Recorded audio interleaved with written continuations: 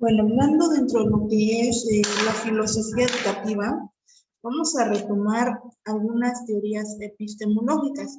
Las teorías epistemológicas nos ayudan a entender cómo el ser humano adquiere lo que es el conocimiento. Existen teorías epistemológicas que nos dicen que nosotros desarrollamos un conocimiento a partir de lo que es nuestra experiencia. ¿Qué significa? Si el individuo no tiene experiencias acumuladas a lo largo de su vida, no va a tener lo que es un conocimiento. Mientras que otras posturas consideran que nosotros adquirimos conocimiento a través de la razón. ¿Qué significa? Utilizamos lo que es nuestro pensamiento. Pues bien, vamos a hablar de esta teoría epistemológica que surge a partir de la importancia de desarrollar el pensamiento en el individuo. Esto es el racionalismo. El racionalismo en aquel entonces fue un movimiento filosófico de la edad moderna, de Occidente. Okay. Esto surgió a partir de que la religión fuertemente estableciera que el individuo no pensara, y a la vez, al momento de que surge el racionalismo, se opone a la idea de pensar que la experiencia es la única fuente de conocimiento. Sabemos que el individuo necesita experimentar, necesita pasar por ciertas situaciones para poder tener experiencias de vida.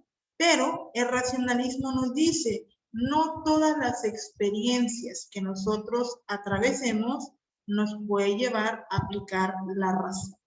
Bien, el racionalismo en sí defendía el postulado de que el conocimiento humano proviene de su capacidad para razonar, como nos menciona aquí. Esa capacidad de razonar es cuando nosotros analizamos las situaciones, empezamos a cuestionar todo lo que está a nuestro alrededor y a emitir puntos de vista a partir de que empleamos lo que es la razón. Nos dice, algo que constituía en sí mismo un cambio de pensamiento sustancial respecto a las épocas pasadas, donde ese rol lo cumplía la fe religiosa. ¿Qué significa? Anteriormente la religión externaba lo que es la creencia de un Dios, pero lo que decía la religión, la sociedad debía de hacerlo. Entonces, el racionalismo se contrapone a eso y considera que el individuo puede pensar, puede razonar, puede llegar a conclusiones en relación a utilizar su mismo pensamiento.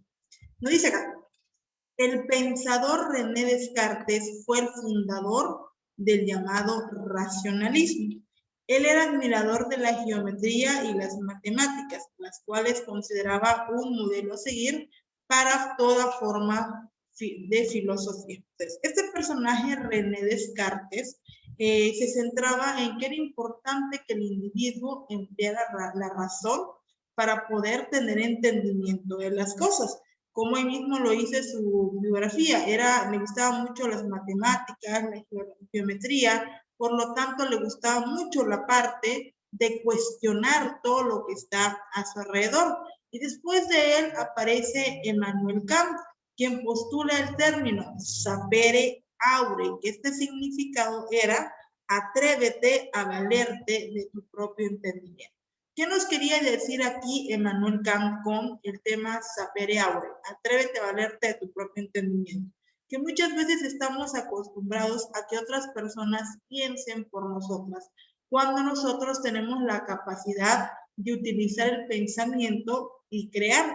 Entonces, esta postura racionalista me explica, tu individuo tiene su potencial, tu individuo tienes que desarrollar tus capacidades para poder comprender todo lo que está a tu alrededor, cuestionarlo y lograr generar un aprendizaje a partir de emplear lo que es la razón.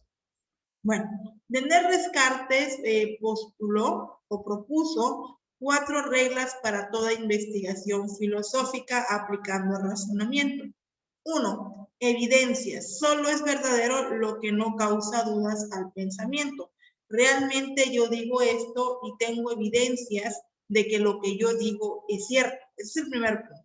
2, análisis, entender algo reduciéndolo a sus partes constitutivas. Por ejemplo, la capacidad que un individuo tiene de estudiar un tema como violencia intrafamiliar. Vamos a poner, por ejemplo, la persona que estudia el tema de violencia intrafamiliar lo va a estudiar desde la perspectiva de cómo la sociedad concibe la familia, desde la perspectiva de las afectaciones psicológicas que puede llegar la violencia familiar, desde lo educativo, la formación que se tiene dentro de las familias. Entonces, aquí es analizar todos los elementos que generan una situación para poderlo entender.